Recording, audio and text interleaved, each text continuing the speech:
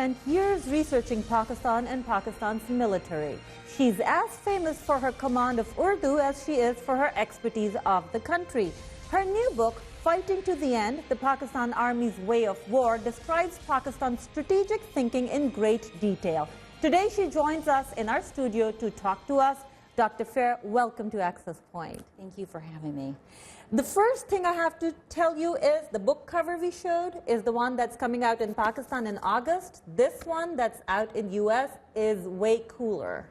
Yes, that is the cover that I preferred. That's also the cover that's available in all countries of South Asia except Pakistan as well as Europe. And OUP Pakistan's concern was that this cover would offend the Army, and so they opted for, in fact, I didn't even see the cover until they sent it to you. Yeah, so this very cool Musharraf on the cover in his slippers, matching cheetah, stuffed toy, and slippers. Very creative. By the way, that goes to, props go to Saira Wasim. She's the artist behind this, and her work is brilliant. It speaks to a lot of interesting contemporary themes that might be of interest. So how long did it take you to research this book, and what were your primary sources? So I've been collecting data on this since about 2000, off and on. My primary sources was actually the Pakistan Army's own publications. And what's really interesting is that they're available in libraries throughout the United States. I actually had better access and better collections to those writings here in the United States than are available, for example, in Pakistan. So the Pakistan Army Journal was very much a staple.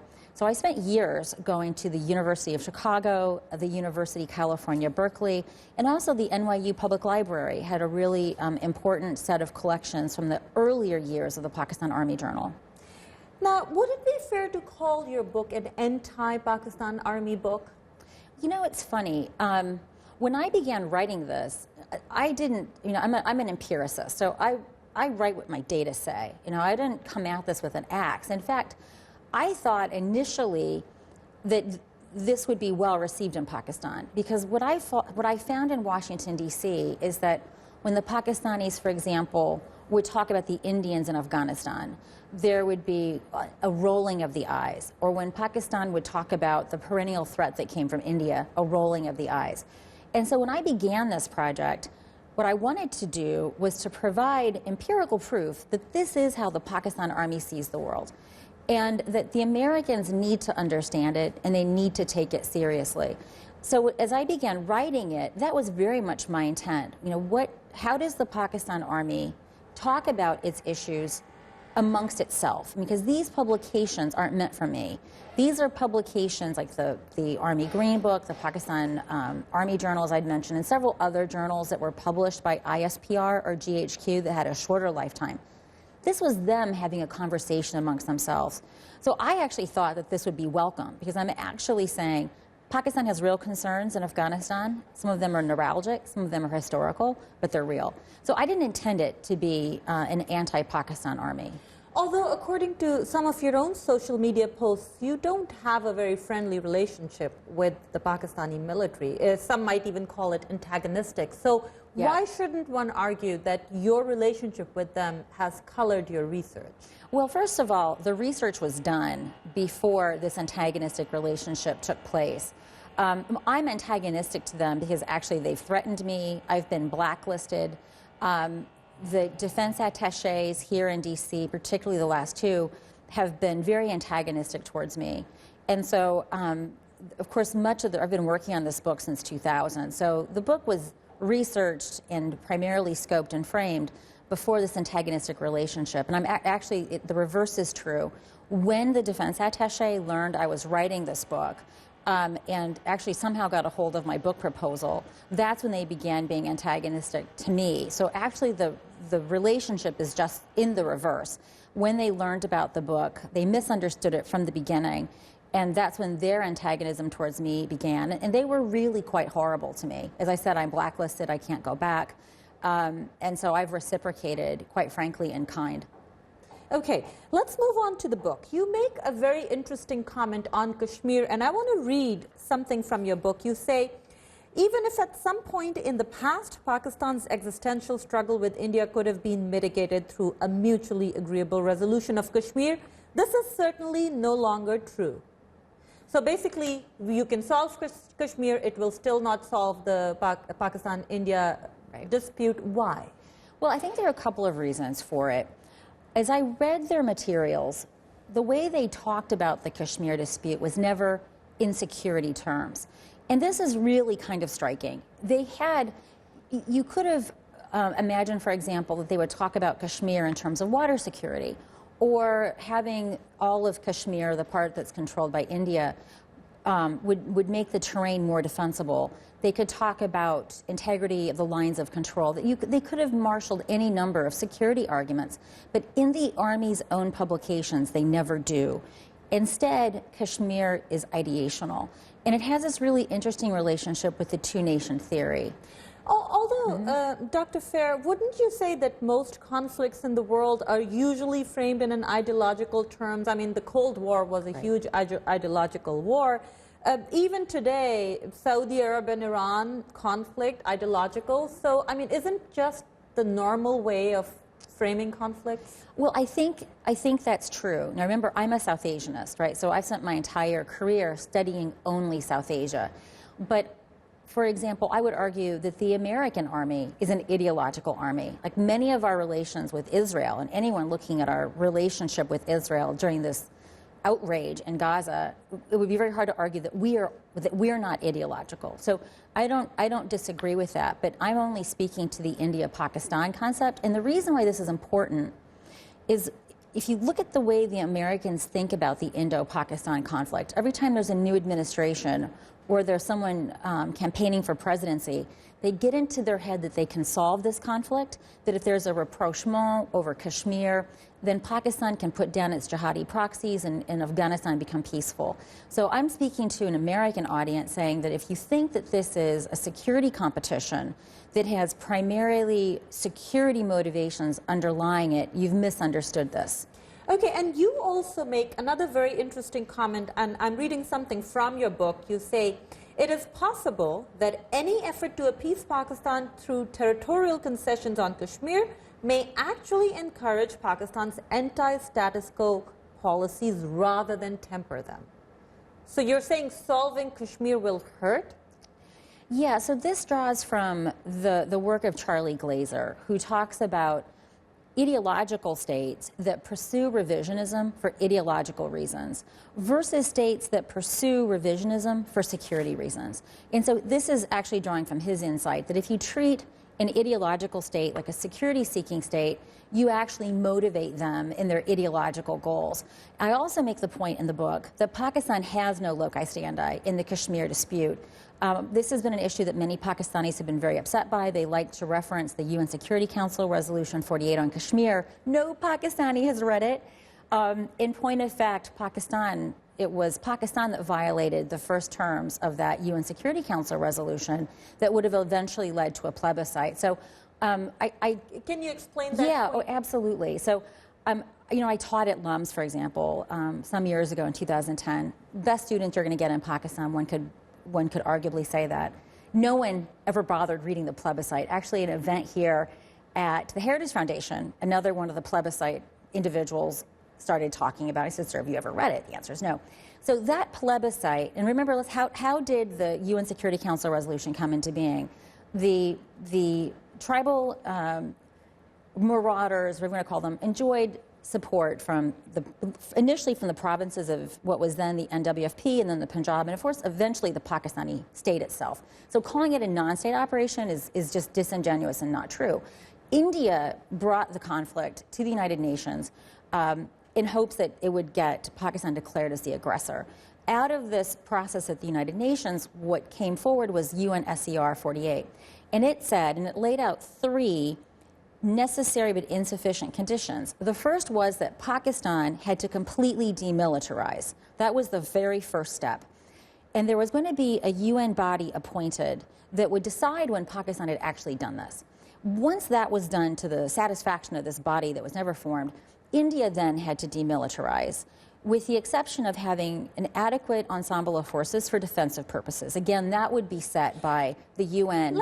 And then finally, after those 2 conditions were met, then the plebiscite would be held. But Pakistan never met the first condition of so UNSCR. Never demilitarized. Never demilitarized. So I'm just, let's take a step back. A couple of things. In your book, you admit that even India put pressure on some of the states that were within its geographical bounds and where Pakistan couldn't help. So it wasn't just, if both countries were trying to get as much territory as possible. And also some in Pakistan would say, well, the impression or the decision at the time was that Muslim majority states would go to Pakistan, and here's a clearly Muslim majority state where the ruler is giving it to India. Well, so this is a problem for both India and Pakistan, because any argument that Pakistan marshals for Kashmir undermines its claim to Balochistan. Right. Right? And very similarly, so let me walk, what does that mean? So Pakistan says that, for example, in Hyderabad, where the sovereign wanted to be independent, although Pakistan claims it wanted to join Pakistan, it didn't. There's no evidence that Hyderabad wanted to join Pakistan. Junagadh, there actually was an instrument of secession signed going to Pakistan. Of course, India took both of those forcibly. If Pakistan says that the will of the sovereigns have to be respected in the cases of Hyderabad and Junagadh, then it has to respect the sovereign decision of the Maharaja of Kashmir to join India. Right. And so similarly, when India says, but look, I have an instrument of secession, then it has a problem vis-a-vis Hyderabad and Junagadh. And then, of course, let's talk about Balochistan, which is incredibly sensitive. The Khan of Kalat had a very similar relationship to the British, as did the other princely states. And, of course, Pakistan was able to coerce acquiescence to join Pakistan, and of course the Baloch continue to contest that decision. So from the point of view of both of these countries in partition, these are double-edged swords for both of these nations. But what's interesting, if you go and you look at the terms, how the states were to be proportioned, it was supposed to be demography and geography. Kashmir was never a clear-cut case in the way that Balochistan was, Junagadh, as well as Hyderabad, because it had joined both countries. And in fact, there were multiple religious communities in Kashmir, not just Muslims. And so people forget about the Hindus, and they also forget about the Buddhists. Minorities. Okay, so fast forward to today, after so many decades later. Despite the recent developments that we've seen in the last 10, 15 years now, you're saying that U.S. and India should give up hope that Pakistan's going to change its mind or its policies on Kashmir. Why are you so pessimistic? Well, it's not just Kashmir.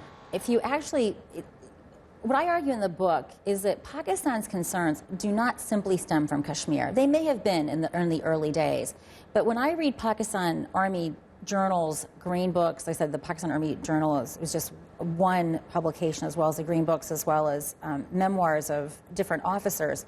They're concerned about India existentially. They talk about India as a Hindu foe. They talk about Pakistan as being the only country that can resist India's hegemony, India's rise. Actually, Pakistan's Army Journal you'd be surprised how little time speaking about Kashmir. They believe that the internal security issues are due to India. Okay, so even if that's true, and even if that's what they've written in the past, we've seen the last three governments. One of them was a dictatorship with a military leader at its head. The second democracy of Zardari, and then the third one, the now Nawaz Sharif, very pro-India rhetoric in all three of them. Well, and Nawaz Sharif, some might even say, campaigned on better relations with India and won. Well, let's take the Musharraf one first. Musharraf was only in his later years, and by later years I mean his legitimacy within the army and within Pakistan was already a declining asset when he began this. And I think what's interesting about military dictators is that every year that they remain in power, they're about 2 generations away from their oldest officer in the corps, right? Because the PMA takes in 2 cohorts a year.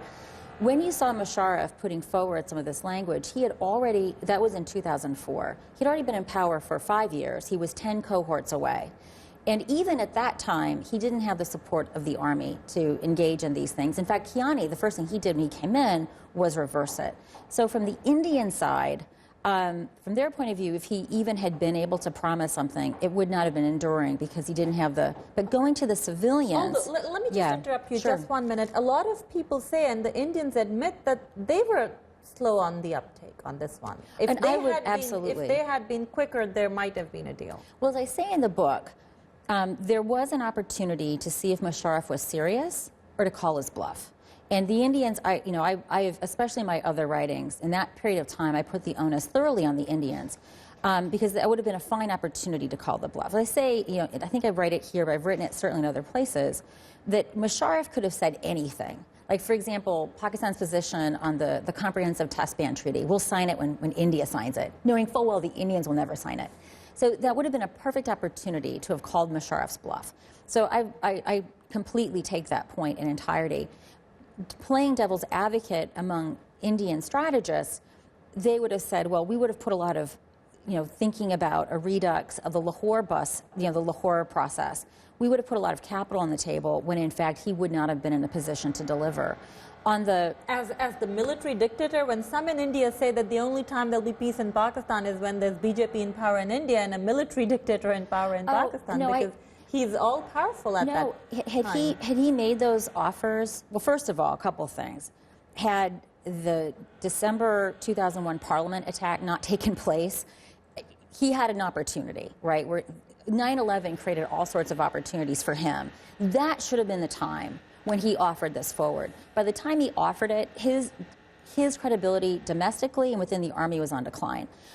I like the point that you raised about Nawaz Sharif, because it also is an excellent opportunity to point out that the army has done everything they can to undermine his efforts. NDMA is dead on the table. And I'm sure you noticed that in July alone, the Pakistan Army violated the ceasefire in Kashmir at least 4 times. So the tragedy is that the civilians, I think, generally would prefer some, especially economic normalization. That cuts straight to the heart of the institutional interests of the Army, which is, I don't think, in support of it. But nobody's saying it's going to happen overnight, but we've seen a trend. Now it's been almost from 2001 on, or even from 2004, this is coming up to 10 years of pro-India rhetoric in Pakistan. Even if there's not enough action, at least there's rhetoric. And when you go on the ground, reporters on the ground, even our reporters on the ground, say there's huge pro-India sentiment in the population. Well, actually, I'm going to say I've been going to Pakistan since 1991. That's always been the case. So it's not your average Pakistani, and we've got years of data to back this up. Your average Pakistani doesn't go around hating on Indians, right? That's just not, that's always been the case. I remember when I was a student, when the Sikhs would come to Lahore, that would always be a very festive occasion. So one should not confuse this general sense of, you're not evil people with the institutional views of the Army. Having said that, when the Army is in a pinch, the first thing, its first resort is anti-Americanism of late, but then also anti-Indianism. Well, that may be true, but you also claim in your book, you claim 2 things, which are kind of counter to each other, and I want you to explain. On one hand, you say that the Pakistani Army has a hold on the intellectual discourse, but then on the flip side of it, you also say the Army cares a lot about what the civilians think about it. Yeah, so this is a really interesting tension, and in the penultimate chapter, I talk about what I think is the most important source of change in the Pakistan Army, which is its expansion of its recruitment base away from these districts in the Punjab. So the Pakistan Army, like the American Army, it always has to care what the population thinks. So, for example, why did Musharraf step down? First as Army chief and then as president. It wasn't because of the men and women in the black coats. It was because the Corps commander said, "Sir, you're really humiliating our institution. We need you to step back from the vehicle." And so I remember in 2007, I would meet with military personnel. And remember, at that point, Musharraf had issued a directive telling them to not wear their uniforms out of the off base, yes, because they were being ridiculed and attacked. So this is something that the Army has to constantly attenuate. Okay, so let me just then ask you, and you're saying the Army has a hold on the intellectual discourse. I don't know if you've been watching the Pakistani talk shows recently, and a lot of people there sit, and all those historic revisions that you say are in the Army text and in textbooks, they sit there and they correct it, and they tell the real history. That's going somewhere. That's mass media. No, I agree with you. Now, I think it's a really, really good point. I don't want to diminish it. So there, again, the same way the Army has to, this is a part of its attenuation process. So there are some things that, and it happens in certain kinds of media and not in others. So for example, television media is a really important place where this discourse takes place. For every person combating the nonsense, though, you've got other fellows and gals that are contributing to the nonsense. But when I've done survey work, most Pakistanis aren't getting their information from television. They're actually getting it from face-to-face interactions. In fact, it's posted on Social Science Research Network. So you have a very large distance, literally, between these spheres that you're talking about and where ordinary people get their information. Okay, let me move on to the nuclear issue with Pakistan. And you say some very interesting things. You say having nukes encourages Pakistan to get involved in more risky behavior. Why? And why do you say that? So I'm not the first person to wade into this. I push the debate in a somewhat different direction. So within the context of what are called nuclear optimists, for example, and would be Shumeet Ganguly. And he would say that with both countries obtaining nuclear weapons, the likelihood that both go to war, full-out war, diminishes because they're both worried about the outcome. Then you have nuclear pessimists, and that would be Paul Kapoor, among others. I put myself in that camp that says that is true, but it allows states to engage in asymmetric behavior because the other state can't escalate because of fears of a larger war. So because both countries cannot go to war, there's chance of nuclear annihilation, therefore Absolutely. they can have their non-state actors and proxies. Absolutely. But in that case, Dr. Fair, wouldn't Pakistan expect India to get involved in the same kind of behavior and therefore even out whatever gains they were making? So that's actually an interesting question. And so the next project, I mean, I've got several projects, but what I'd like to do is do a very similar exercise on India. Because logically speaking, India should be doing the exact same thing. Now, I think there's a couple of intellectual arguments that we could make. One, I do believe India has done this in Balochistan, right? I've been very clear in my position that in Balochistan, India has a history. From my time in Afghanistan, from my time in Iran, I don't believe India has been innocent in Balochistan. However, the problem that India would have in supporting, say, the Pakistani Taliban, and in particular the Pakistani Taliban, is that the core components of the TTP are also militant organizations that operate in India. So where India is going to be most capable of operating without blowback will be with ethno-nationalist conflicts. So, for example, Sindh, also in Balochistan, but supporting Islamist militancy will be very dangerous for India. And I also think institutionally, there's a big difference between Pakistan and India because the military is under control completely by the civilians. And the civilians are, how do I put this delicately, more darpoke. Okay, let's move on. There was so much I wanted to talk about. Sure. I'm having to skip through because I'm looking at time. Oh, sorry about that. No problem. Let's come towards the end then, to the conclusion. You've painted a very stark picture. You've said, and let me put it up, the last thing that I want to read from your book, as the conclusion is, you say, the world should prepare for a Pakistan that is ever more dangerous and ever more committed to its suite of dangerous policies. Yes, and part of the argument for that is that the power differential between India and Pakistan is going to continue to grow. You know, India might not be very happy with its economic growth that it sustained over the duration of the previous government, but it had positive growth. I mean, I don't know about you, here in the States, our economy took a licking. So even during the slowdown of India's growth, India's economy was growing. But things are changing in Pakistan. People are looking in India and saying, why aren't we doing this? And therefore, that is why the army has given, it's okay to all these new policies. They're going to be the MFN status, the most favored nation. I disagree with you on that. There has been no progress. Now they're calling it the NDMA. That's been completely put on the shelf. That's going nowhere. So when Pakistanis begin to put pressure on the army, saying this is not what we want, that's the only time the army is going to listen. But the army has very compelling tools at its disposal that can help dampen that. So for example, crisis with India, nothing makes Pakistanis more afraid of India than India mobilizing on the border. So I agree with you that there is within Pakistan a certain set of what we would call advocates for peace, but I'm not convinced that they are as important as others might think they are. They may not be as important, but don't you think there are things on the ground that are changing? So, for example, I was talking to some U.S. officials, and they're saying TTP might force the Army to change its calculus. I will say this. American officials at every opportunity have been wrong about Pakistan, so I'm going to put that right into the list of wrong. Okay. Why do you think the TTP, having the TTP on the border, you know, how people, you've written in your book and in your conclusion, I'll just read a couple of bullet points that I noticed. You said, A, the Army will not give up trying to manipulate Afghanistan. B, the Army will not change its thinking on India. And trying to appease it will make conditions worse, and the world should prepare for a more dangerous Pakistan. I'm saying now we have the TTP, and the Afghans are willing to support it. Why would the Pakistani Army not have to? Oh, well, so this is the problem with the TTP. Everyone wants to talk about it as if it's a coherent organization. It's not. I like to give the example of a kaleidoscope. Each of these commanders is a fleck of plastic.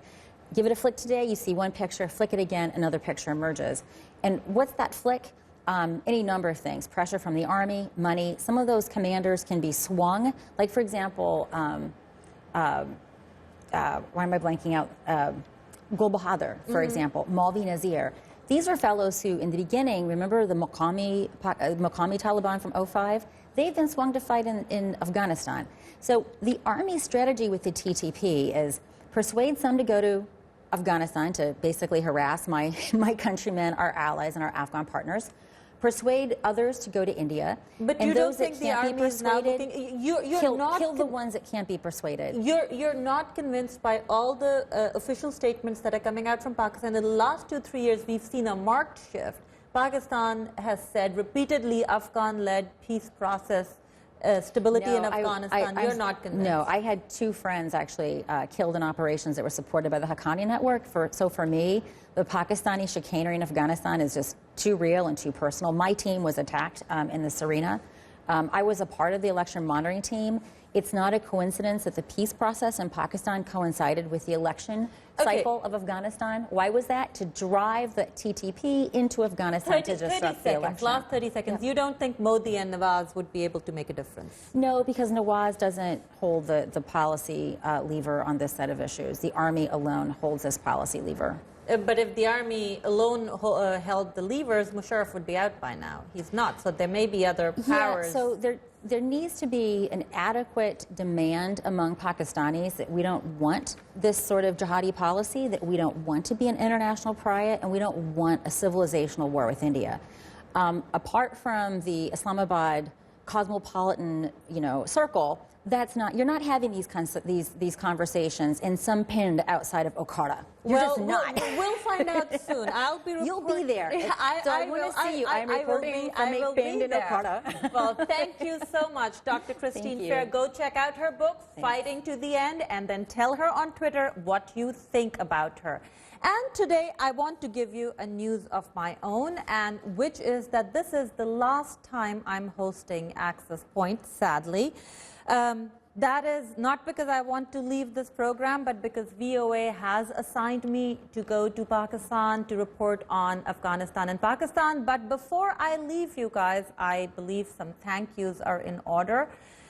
First of all, I must thank the crew, the studio crew, which made this program happen, rain or shine.